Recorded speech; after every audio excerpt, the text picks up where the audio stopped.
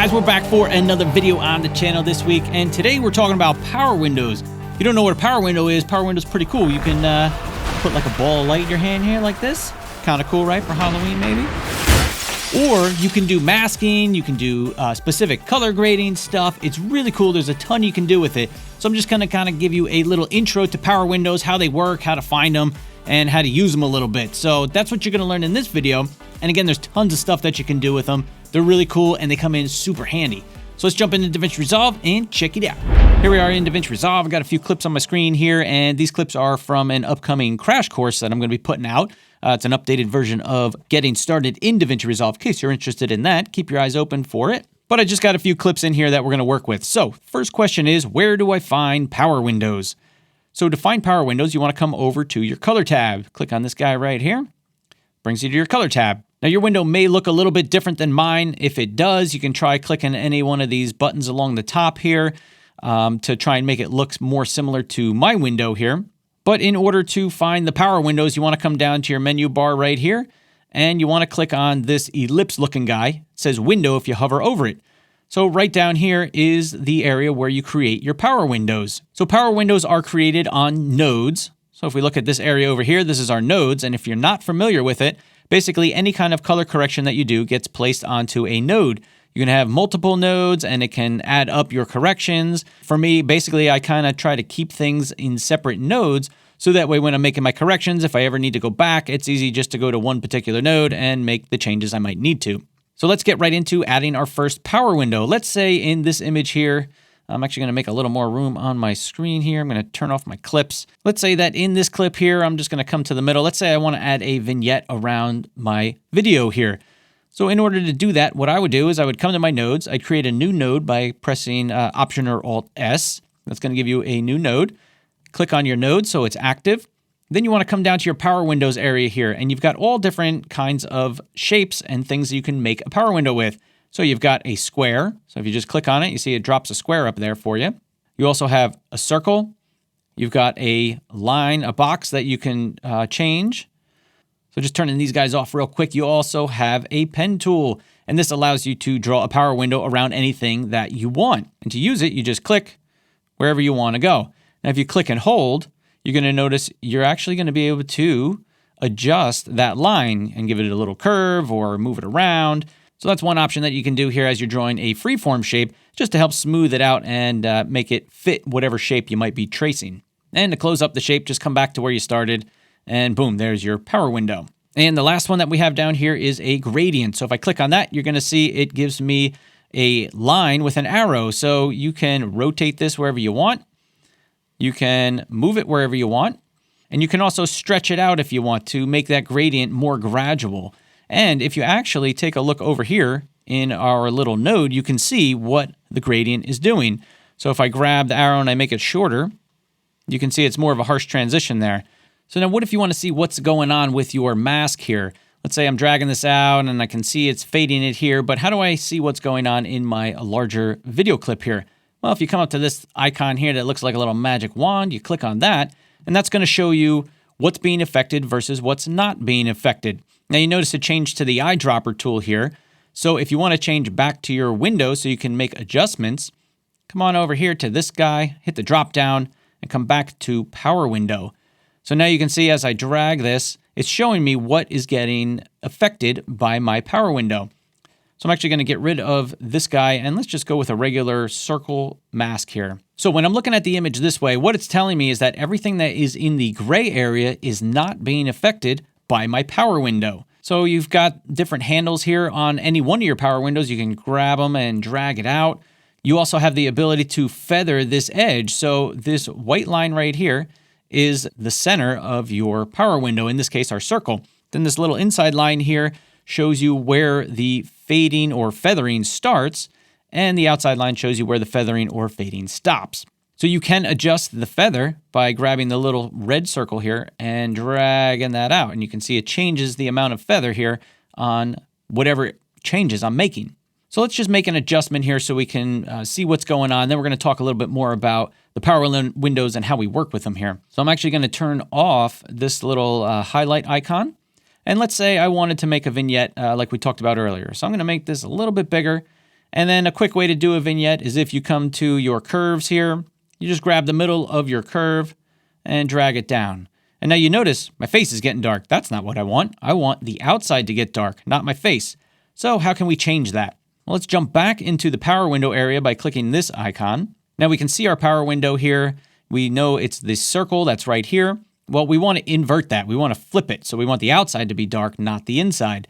So if you come on over to this icon right here and click on that, it's actually going to flip the mask for you of what's being affected versus what's not.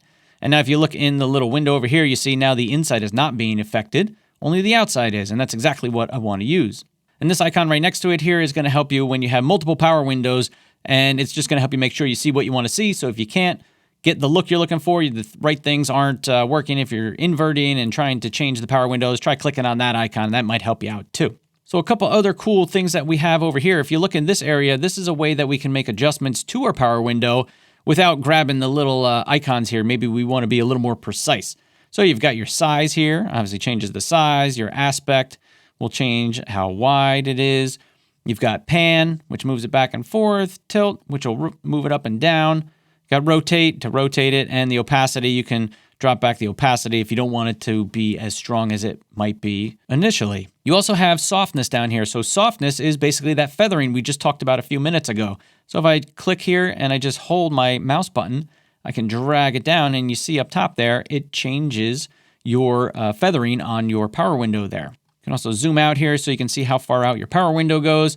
And let's say maybe this is a little hard for you to see. You want to make this power window a little more visible. Here's a good little quick tip for you. Come on up to DaVinci Resolve, down to Preferences.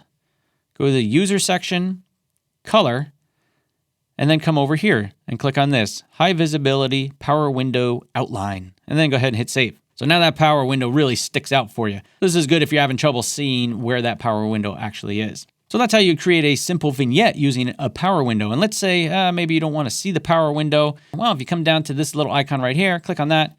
You can click off, and then your video clip here does not have the power window on it anymore, and you can just see how your clip's looking. So that's the basics of how you start to use a power window and how you'd create a simple vignette here. So let's say we want to do something a little more advanced. Let's say we want to affect only a certain color in part of the image. Let's say my face here. We're actually going to just turn off this node by clicking on the number 2 here. I'm going to add a new node using Option or Alt S. And let's go ahead and click a new power window by clicking on the circle power window here.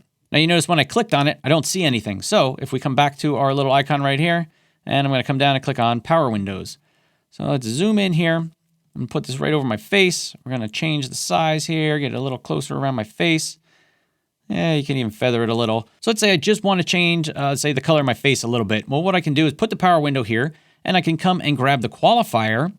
And now this is going to allow me to pick certain colors in my image. And if you look over here at the little icon, now you see only my face is selected there. And you can pick on the different icons here to kind of feather it a little bit or add in different colors. If you want to click the add one here. So I'm just going to click around a little bit, just like that. And now let's say, I don't know, we want to change the color of me. Let's say I want to make my face green for Halloween. There we go. Look, the Incredible Hulk. There we go. But you can see it's not affecting anything else around me. It's only affecting my face. You can see I missed a few parts here, but that's all right. Let's go ahead and add that back in. There you go. Looking like the Incredible Hulk here for Halloween coming up. So I'm going to come back here. I'm going to go back to my power windows.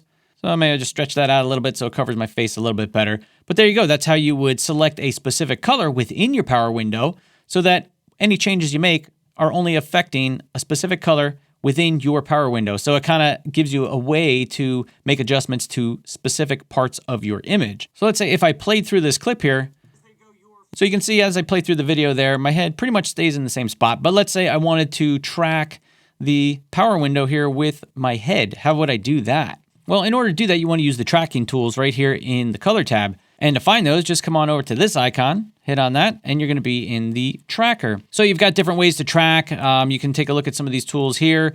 I'm going to try just using pan and tilt to move around the screen with my face. You can turn on the interactive mode here if you want to. You also have the option to come to here and click point tracker, and you can set a point of where you want DaVinci Resolve to track. So if I put it right on my nose there, we can try that. And I'm going to go ahead and just hit this button right here to track forward. I'm going to let DaVinci Resolve follow my face where I put that little X. Then I'm going to track backwards. and you can see the power window there moving around with my face while I'm moving around the screen. If I scroll through the video here, you see the green following my face, and again, you can see it leaking into the background there. So you do a better job, you shrink down the power window a little bit and everything. So that's the basics of how you would add a power window to affect a certain part of your image. So now let's say I want to use a power window just to mask out part of my image. So just jumping back into the edit tab here, let's say I want to mask out this top clip so that I can see the clip below it. How do I do that? So let's jump back into the color tab. I'm going to add a new node here, and I'm actually just going to turn off this green Hulk node here. So let's add a new node by selecting Option or Alt S. And now I want to use this time a power window. So come back to your power window icon here. I want to use a square. So there's that guy. Now I'm just going to click on this and drag it open. Nice and big there so that it fills the screen and there's some extra room there. So if I want this power window to mask out this video for me, because right now, if I put it on top, you see it's not doing anything. If I make any changes, it's just going to change the color or whatever the adjustment is inside the power window. But let's say I want it to actually hide whatever it's covering. So in order to do that, over here in our nodes, we need to create an alpha out. So I'm going to go ahead and right click and select Add Alpha Output. Now we need to connect up these blue icons here. So I'm going to go ahead and click that. And you see just by connecting this last one here, it's actually hiding whatever is outside of my power window. So now let's say I don't want it to do that. I want it to do the opposite. I want to have my power window over here and then slide across the screen and hide this video so I can see the video that's underneath it. So in order to do that, I want to invert the mask here. So if I come down to my power window tools and I click on this little guy right here, boom, now we have the opposite of what we just saw. So if I go ahead and cover this up, let's move my playhead forward here. See when, oh, there's my other clip starts to come in. So let's say, right about there. So I want this top clip here to gradually disappear and my new clip be revealed. So how do I do that? Well, we're going to use some simple keyframes to do that. So the first thing I want to do is I'm going to just feather this guy out a little bit, make it a little bit softer of a transition there. And if you actually look down here in our softness area where we already looked and talked about it with the circle power window, you notice we have 4 different softs here, and that's going to be each side of your rectangle. So if you see more than one option available to you here, it's just because there's different sides to your power window. So in order to start making our little transition here, we're going to be using keyframes like I mentioned. So we're going to position our mask where we want it to start. Our mask node here is number 4, so I'm going to come down to corrector number 4, and I'm just going to go ahead and click on that keyframe. Now when you start the keyframe, you notice nothing appeared here, so you do need to just give it a little wiggle there or change one little setting, and it's going to set the keyframe for you. So now I'm going to go ahead, let's say, I don't know, I'm just going to drag it ahead a bunch to this point. And next I want the power window to slide all the way over to here. So my clip underneath is completely revealed. And you can see it automatically adds in that keyframe for us. So let's go back here and just play through that and see how that looks. So it is pretty quick there. If I want to slow down that transition, you can go back and redo the keyframes. I can just drag it and stretch it out a little bit so that it's not as fast. So if I come back here, we play through. Looks pretty good. Maybe that's the effect I'm going for there. And just to take a look without the power window on, I'm going to click on this icon, click off, and let's play through. And you can see it just fades from one clip to the next. So that's the basics of how you would start to mask an object. And again, you can use any one of these tools down here. You can use the pen tool and make whatever shape you want. And of course, you don't need to do just a simple slide over for your masking or your color grading or whatever it might be inside your power window. You can do all kinds of different things. You can have colors change over time. You can make different effects and things happen. So there's a lot of different things you can do with power windows, but I just wanted to give you the basics of how the power windows work, where to find them, and how to start to work with them. All right, so there you go, is a quick introduction to power windows. Again, there's tons of stuff that you can do with them, lots of uses for them. This is just kind of a little intro to get you going and help you understand what they are, how they work, and how you can start working with them. So if you found this video helpful, give it a thumbs up, subscribe to the channel if you haven't already, and I look forward to seeing you guys in the next video. Peace.